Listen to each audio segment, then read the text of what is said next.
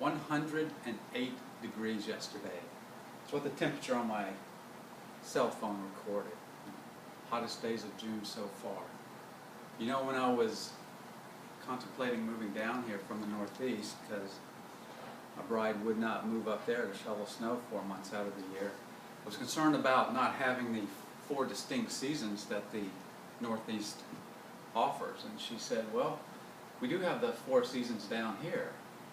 So it was about 2 years ago when we set the record for consecutive 100-degree days. I'm sitting in a pool of sweat, and I said to her, I thought you had the 4 seasons down here.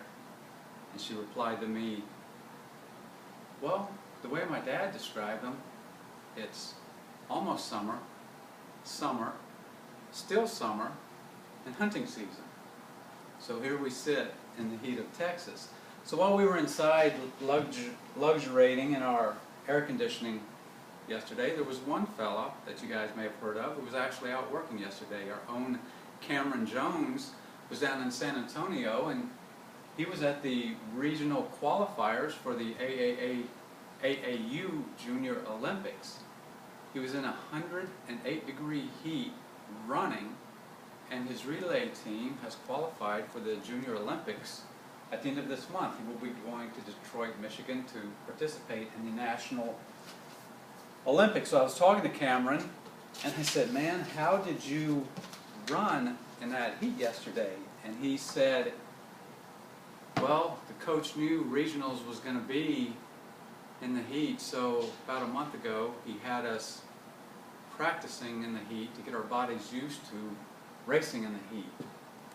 They practiced in the heat in order to perform in the heat.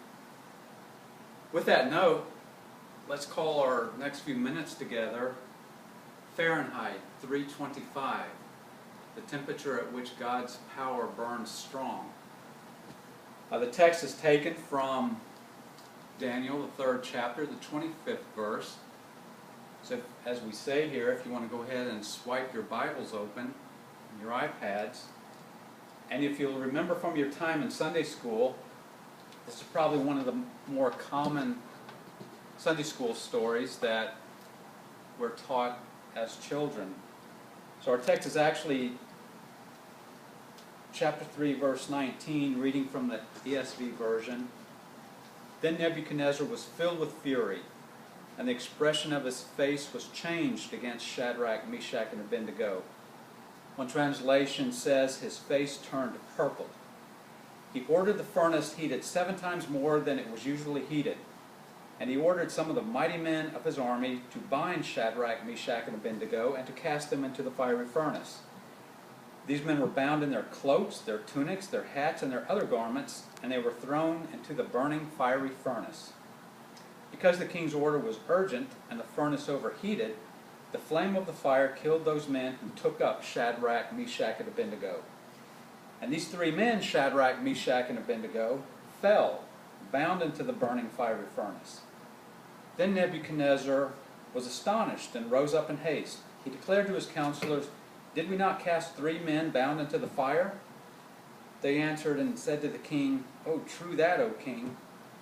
And he answered and said, but I see 4 men unbound, walking in the midst of the fire, and they are not hurt. And the appearance of the 4th is like a son of the gods. I had an old seminary professor who used to, his catchphrase was, so what can we learn from the narrative of David and Goliath from God? In this case, what can we learn from the fiery furnace? Well, I'm going to cut to the chase and go ahead and tell you. I believe from the text today we can find out there's a couple of things we can do to position ourselves for the miraculous working of God's power, and then we're going to follow that up with an invitation for any of us here who may have an area or two where we are lacking the evidence of God's power in our lives.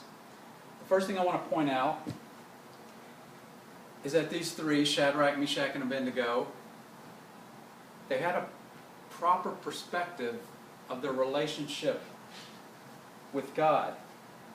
Now our text starts out in verse 19 Then Nebuchadnezzar was filled with fury. That word then begs us to look at the words before. It's like turning on the cartoon and Popeye eating the can of spinach and then giving Brutus the what for. Well, we want to see what Brutus did first. So we go back to the verses before verse 19, and we see that those three kids, Shadrach, Meshach, and Abednego, they actually told the king, not only are we not going to bow down to you and anything you've got for us, even if our God doesn't save us, we know He is able, but even if He doesn't, we're still not going to bow down to what you have for us. See, as we live in this world, the world is somewhat fine with Christians as long as we keep our Christianity and we stay nice, we stay calm, we stay silent, we don't take a stand. The world somewhat allows us to do that. However, it's when we fail to bow down to the cultural norms of abortion or Defense of Marriage Act or other issues that the world says we should bow down and cave into, we remain standing strong. Well, then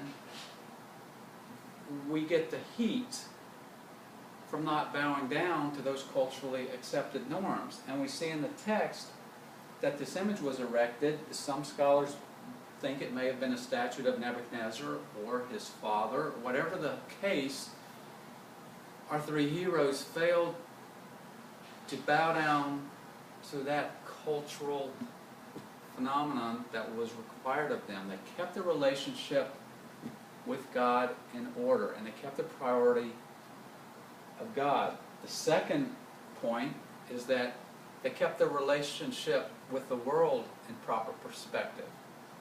Remember that the prophet Jeremiah had actually told the exiled captives to embrace the country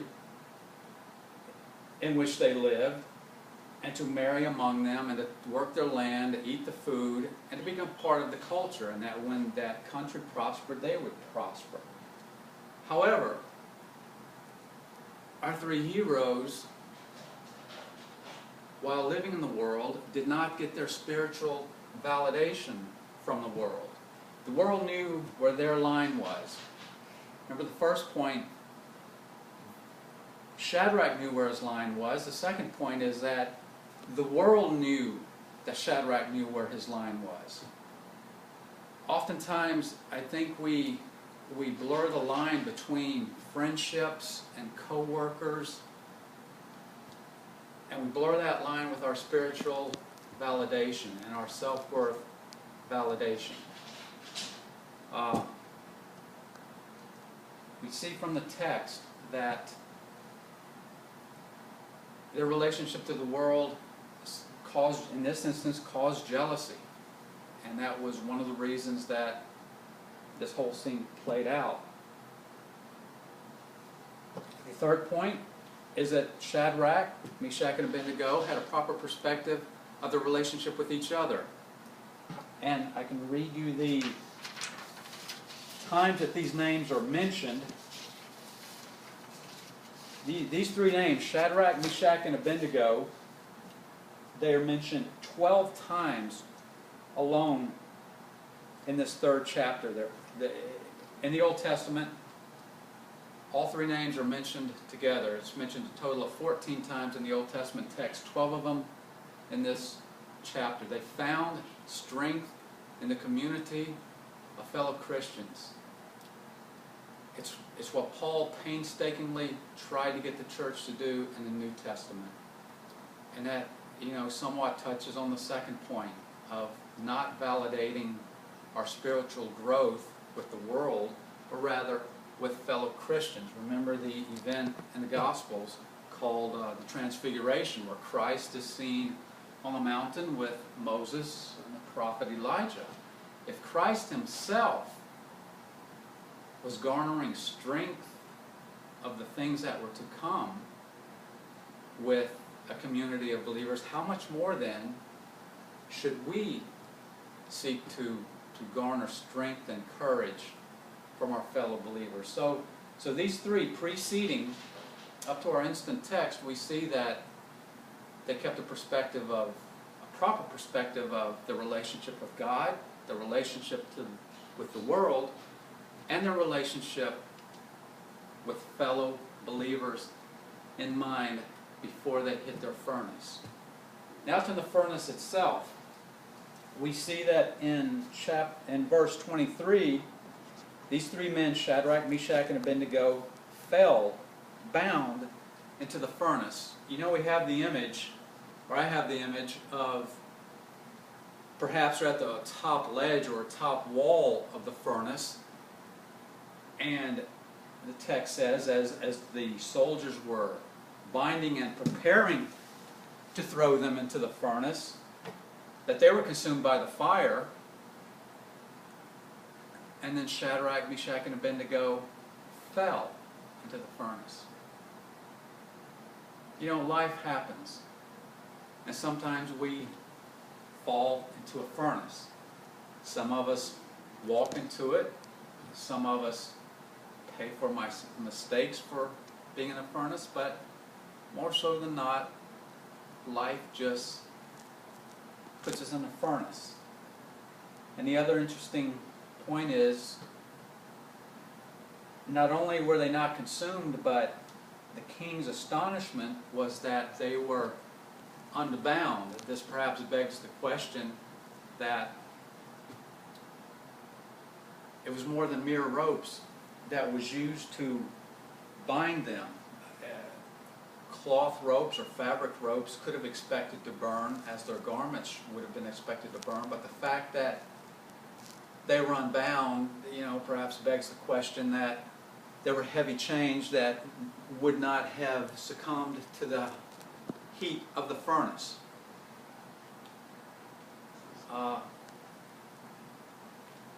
Perhaps the furnace is there for us.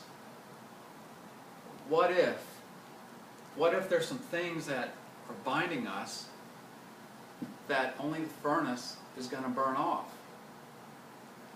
How about that younger generation that had to wander around the wilderness for 40 years waiting for the older generation to burn off? In Exodus we're told that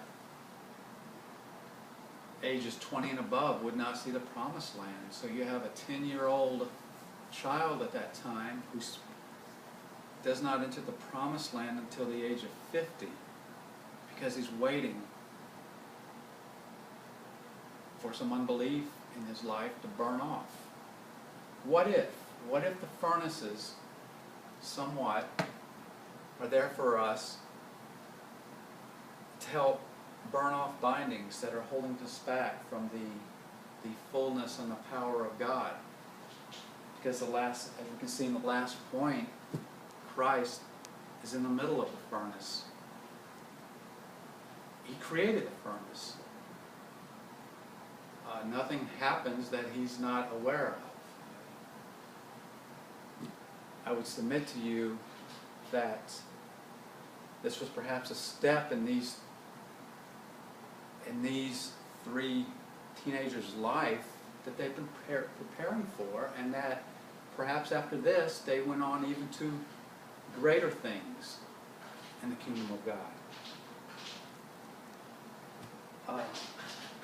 So in one sense, perhaps the furnace in your life should be embraced.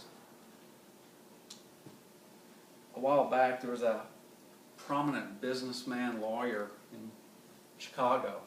He had 4 daughters, nice family.